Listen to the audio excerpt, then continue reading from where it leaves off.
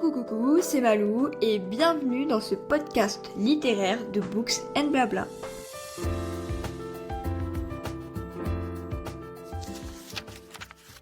Salut, du coup j'enregistre mon premier podcast pour Books and Blabla, je suis super excitée, super impatiente, bref tout ce que tu veux.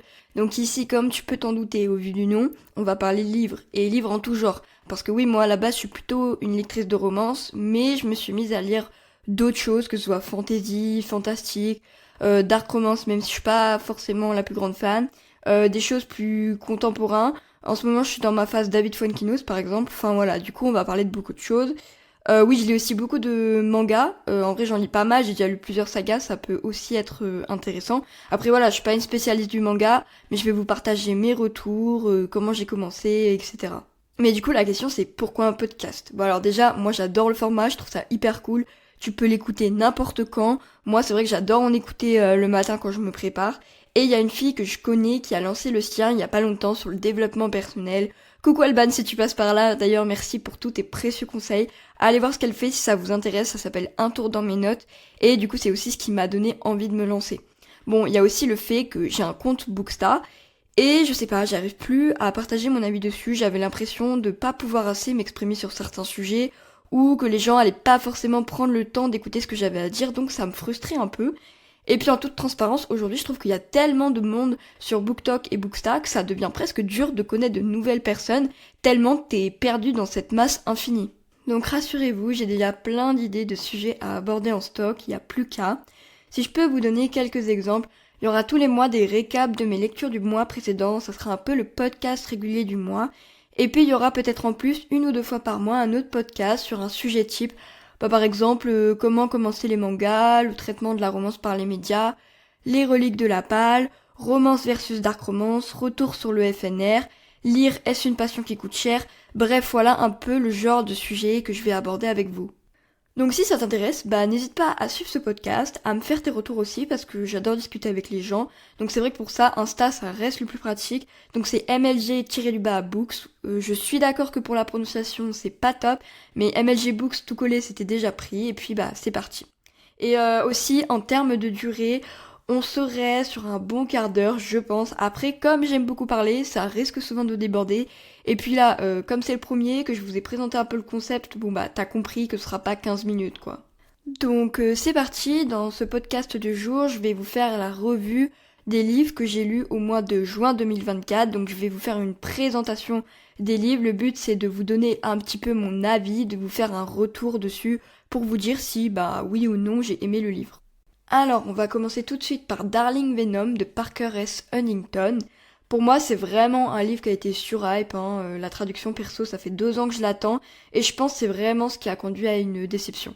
On suit l'histoire tragique de Charlotte et Kellyanne, mais pas uniquement, et j'en dirai pas plus pour pas spoiler, parce que c'est vrai que je m'attendais pas du tout à ça en lisant le livre, j'ai été un peu surprise par la tournure des événements, et je me suis laissée emporter par le récit sans pour autant être convaincue à 100% de ma lecture.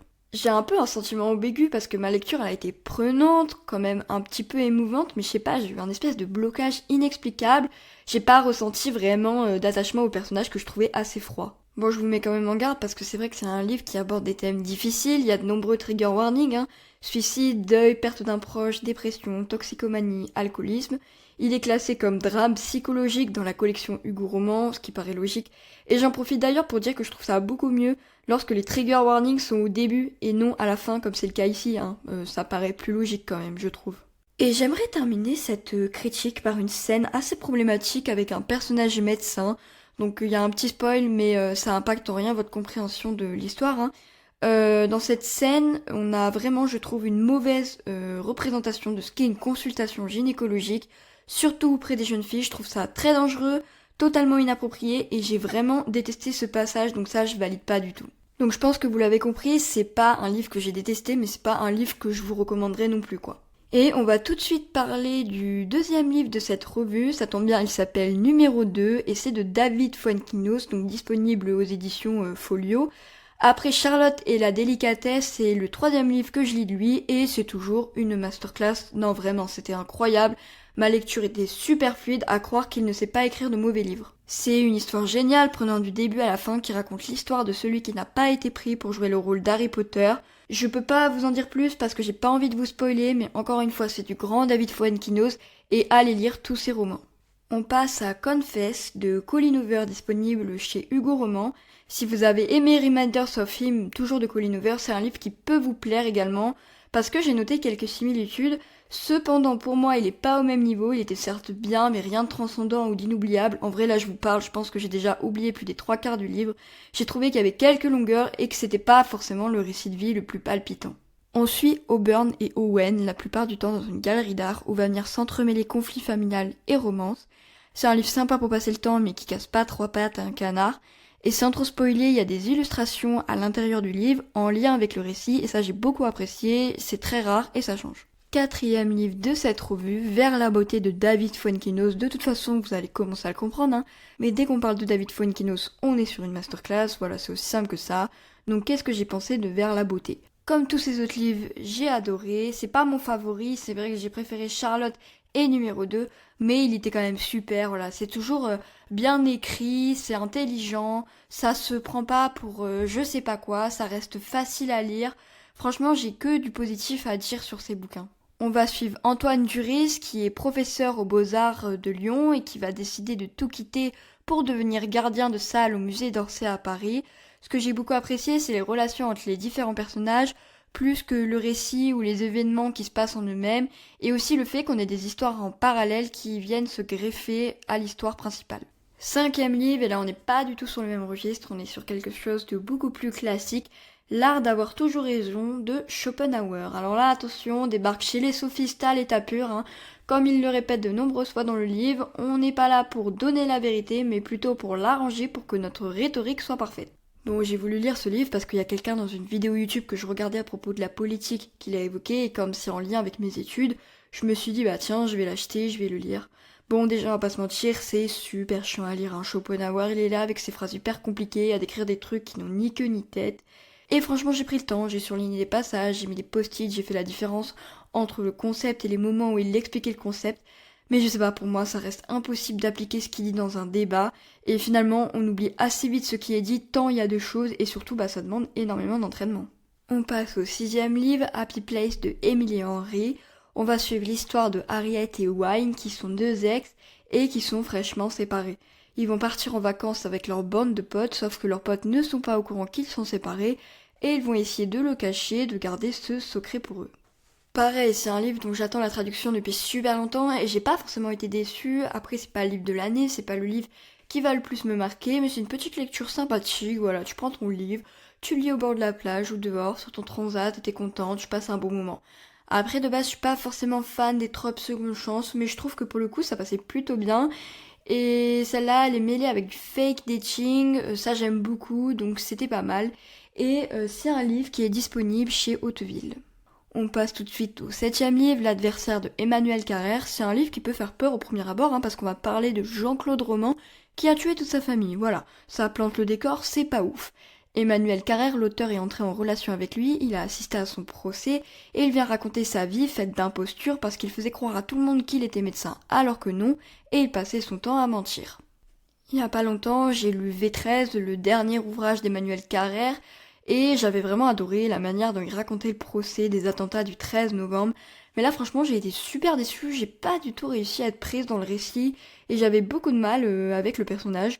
Bon, ce qui est logique en même temps, ça aurait été un peu chelou que je l'aime bien, mais ouais, non, c'est un livre qui m'a pas du tout marqué ni convaincu, j'en ressors rien de très intéressant, et j'ai vraiment l'impression d'être passée à côté de ma lecture, donc je pense que c'est assez personnel, mais je connais aussi des gens qui l'ont pas aimé, donc voilà, je me dis que je suis pas toute seule.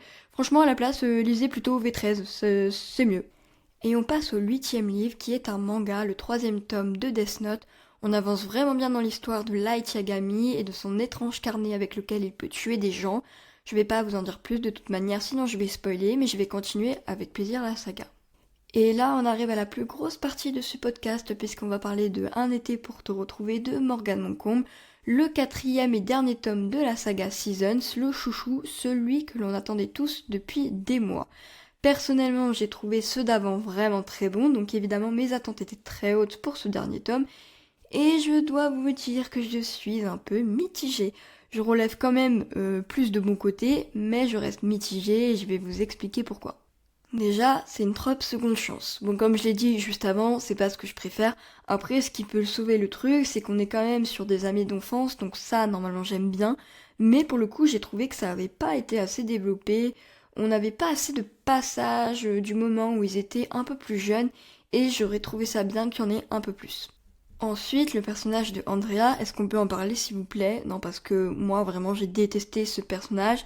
J'ai mis beaucoup de post-it violets dans mon livre et les post-it violets c'est quand je suis pas contente, c'est quand je suis colère et j'en ai vraiment mis beaucoup, c'est-à-dire à peu près à chaque fois que Andrea parlait. Je l'ai trouvé très immature, très insistant, il l'empêchait de construire une relation avec l'autre personnage Ezra et j'ai pas du tout aimé quoi.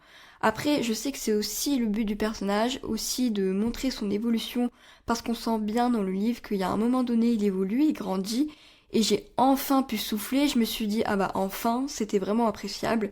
Donc j'ai beaucoup aimé ce moment où il se rend compte des choses, mais Andrea, non, c'est pas mon book boyfriend préféré, ça c'est sûr.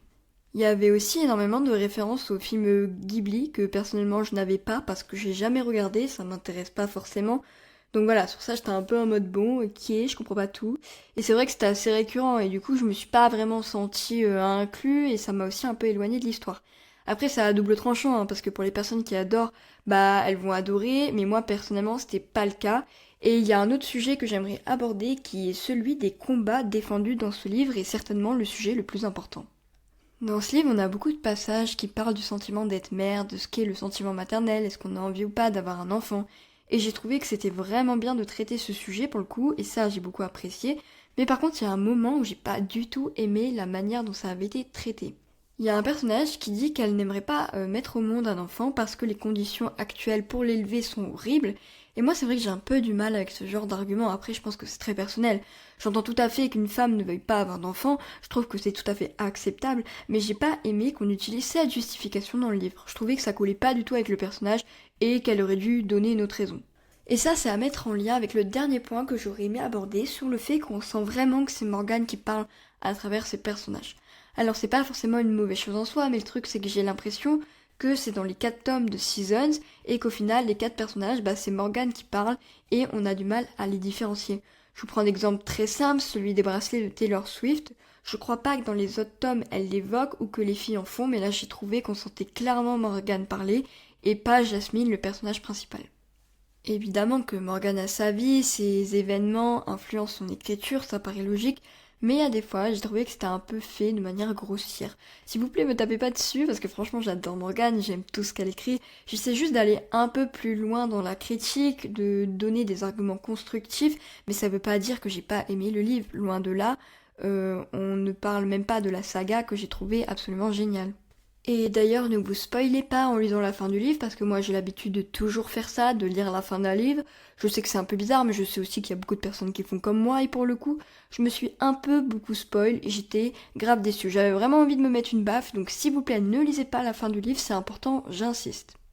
En tout cas, on sent que sur ce livre, Morgane, elle a pris énormément de risques, je tiens quand même à la saluer parce que c'est assez rare, et il y a beaucoup de personnes qui vont le critiquer facilement, d'ailleurs moi la première, parce que je pense que des 4 tomes, c'est celui que j'ai le moins aimé, mais je pense qu'il a le mérite d'exister, et j'ai aussi vu qu'il a été le préféré de beaucoup de gens, justement, parce que c'est un tome qui change et ça fait du bien. Il en faut pour tout le monde, donc vraiment, lisez les 4 tomes et faites-vous votre propre avis. Moi, je sais que pour ma part, j'ai du mal à me décider entre le tome 2 et le tome 3. Je pense que je pencherais en faveur du tome 3 pour le personnage, notamment de Camille, je l'ai adoré, et Nolia aussi, franchement. Mais le tome 2, il a quand même une petite place dans mon cœur. On passe à l'avant-dernier livre, Le ou les vrais amours de Taylor Jenkins Reid. Et c'est drôle parce que j'ai lu ce livre juste après un été pour te retrouver, et c'est un peu les mêmes tropes justement sur la seconde chance, avec aussi un triangle amoureux, même si dans ce livre je l'ai trouvé beaucoup plus marqué et peut-être un peu mieux amené. On parle de Taylor Jenkins Reid, ma reine absolue, donc évidemment c'est encore une masterclass, j'ai adoré Les Sirènes de Malibu, Daisy Jones and the Six et Les 7 maris d'Evelyn Hugo, qui est mon livre préféré à tout jamais. Du coup, j'avais pas trop de doutes sur le fait de savoir ou non si j'allais aimer, et encore une fois, j'ai pas été déçue, même si je pense que de tous ceux qu'elle a écrits, c'est celui que j'ai le moins aimé, ça reste quand même vraiment super et j'ai adoré ma lecture. On va suivre l'histoire de Emma qui va perdre son mari dans un tragique accident d'hélicoptère. Elle le pense mort, sauf que surprise, il va réapparaître quelques années plus tard, alors qu'elle a déjà refait sa vie, et donc elle va devoir faire un choix entre le premier amour de sa vie et l'amour de sa vie actuelle. En vrai, je l'ai trouvé hyper bien fait parce que pendant longtemps dans le roman, je me suis vraiment demandé qui c'est qu'elle allait choisir. Et au final, je suis super contente parce qu'elle a fait le choix que je voulais. Et en plus, je trouve que ça a été extrêmement bien amené. Vraiment, c'est tout ce que j'attendais de ce genre de relation, de ce genre de lecture. Je suis absolument pas déçue. Donc pour moi, ça a été une très très bonne lecture. C'est un livre disponible au format broché, uniquement aux éditions Charleston. Par contre, 23 balles, ça pique, hein, ils se sont lâchés là. Et on termine avec les 2 tomes du manga Alice in Borderland Retry. J'ai découvert il y a peu qu'il existait 2 tomes supplémentaires à la saga Alice in Borderland. Donc je me suis dit chouette, je vais pouvoir retourner dans cet univers. Du coup ça se passe quelques années plus tard, Alice va devenir papa et il se retrouve projeté de nouveau dans le monde de Borderland alors que Usagi est sur le point d'accoucher. Sur les 2 tomes, on suit la même épreuve avec les mêmes personnages et j'aime beaucoup parce que encore une fois c'est brillant, on s'attend absolument pas à la fin, au dénouement de l'épreuve, c'était assez court mais ça m'a fait plaisir de retrouver ces personnages et cet univers. Bon, on a fini avec ce récap de mes lectures du mois de juin, j'espère que ça vous a plu. Donc en tout, ça fait 12 livres, donc c'est quand même un bon petit mois. J'espère que ça vous a donné envie de lire au moins l'un des livres. N'hésitez pas à me faire un retour sur l'épisode, ce que vous en avez pensé sur Instagram. Donc pour rappel, mon compte c'est mlg-books. Je serais ravie de discuter avec vous et d'échanger sur ces livres ou les livres que vous avez lus.